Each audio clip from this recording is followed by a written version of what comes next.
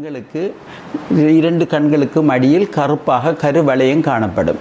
இது வீட்டில் வைத்து என்ன சிகிச்சைகள் நீங்கள் செய்யலாம்? இதுக்கு நீங்கள் எவ்வாறு வீட்டில் வச்சு நீங்கள் இந்த கருப்பு நிறத்தை போக்கலாம் என்று பார்த்தா,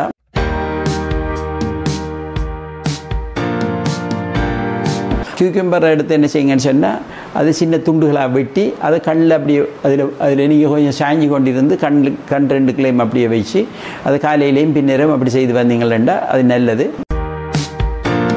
கொழும்பில் அமைந்துள்ள பியூட்டி ஸ்கின் கிளினிக்கு அன்புடன் அழைக்கிறோம். முகப்பரு, அதனால் ஏற்படும் தழும்புகள், கருநிறத்தை முற்றாக போக்க, தலைமுடி உதிர்வுக்கு PRP சிகிச்சை, முகத்தில் ஏற்படும் சுருக்கங்களை போக்கி இளம் தோற்றத்தை பெற, முகத்தில் ஏற்படும் கரும்புள்ளிகள், மெலஸ்மா எனும் கருநிறத்தை அகற்ற, முழு உடலையும் பாதுகாப்பான முறையில் வெள்ளையாக்க நேரடியாக கொழும்புக்கு வந்து சிகிச்சைகள் பெற பிரச்சனையாக இருந்தால் வாட்ஸ்அப் மூலம் உங்களுக்கு உரிய சிகிச்சைகள் நாங்கள் நேரடியாக பார்த்து முக்கியமான ஆலோசனைகளை தருவோம்.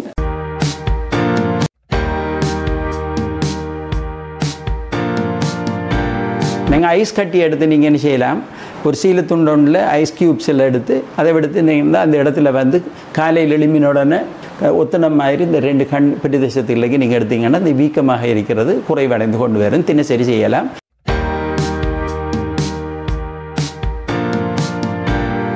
கொதிக்கிற தண்ணி எடுங்க. கொதிக்கிற தண்ணிக்குள்ள 2 டீ பேக்ஸு அதுக்குள்ளே போடுங்க.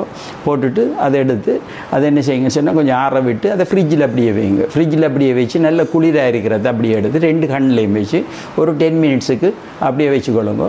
அதே மாதிரி காலையிலையும் பின்னர நீங்கள் செய்து வர அது குறைவடைந்து கொண்டு.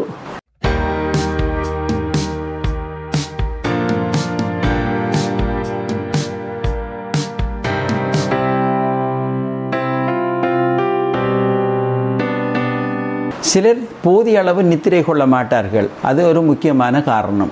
மற்றது சிலருக்கு வந்து அலர்ஜிக்கு ஏற்பட்டார், சிலருக்கு சின்ன தடுமல் மாதிரி வந்து ஹே ஃபீவர்னு சொல்லுவோம், அவ்வாறு அடிக்கடி ஏற்படுபவர்களுக்கும் இந்த பிரச்சனை ஏற்படும். மற்றது சிலருக்கு அனீமியா காணப்படும், அவங்களுக்கு இரத்த சோகை என்று சொல்லுவோம். நாங்கள் சூரிய ஒளி கதிர்கள் நேரடியாக கண்ணுக்கு அடியிலே இந்த பிரதேசத்தில் படுறதாலேயும் கருப்பாக காணப்படும். சிலருக்கு தைராய்டு பிரச்சனை இருக்குது. தைராய்டிலேருந்து சுரக்கிற ஹோமோன்ஸ் குறைவாக, அதாவது நாங்கள் இந்த ஹைப்போதைராய்டிசம் என்று சொல்லுவோம், அப்படியான ஆட்களுக்கும் இந்த பிரச்சனை ஏற்படும். சிலர் போதுமான அளவு தண்ணி குடிக்க மாட்டாங்க, அவங்களோட தோலில் மிச்சம் வறண்டி இருக்கும். அப்படியான சந்தர்ப்பத்திலையும் இந்த கருநிறம் ஆகிறதுக்குரிய வாய்ப்புகள் ஏற்படும்.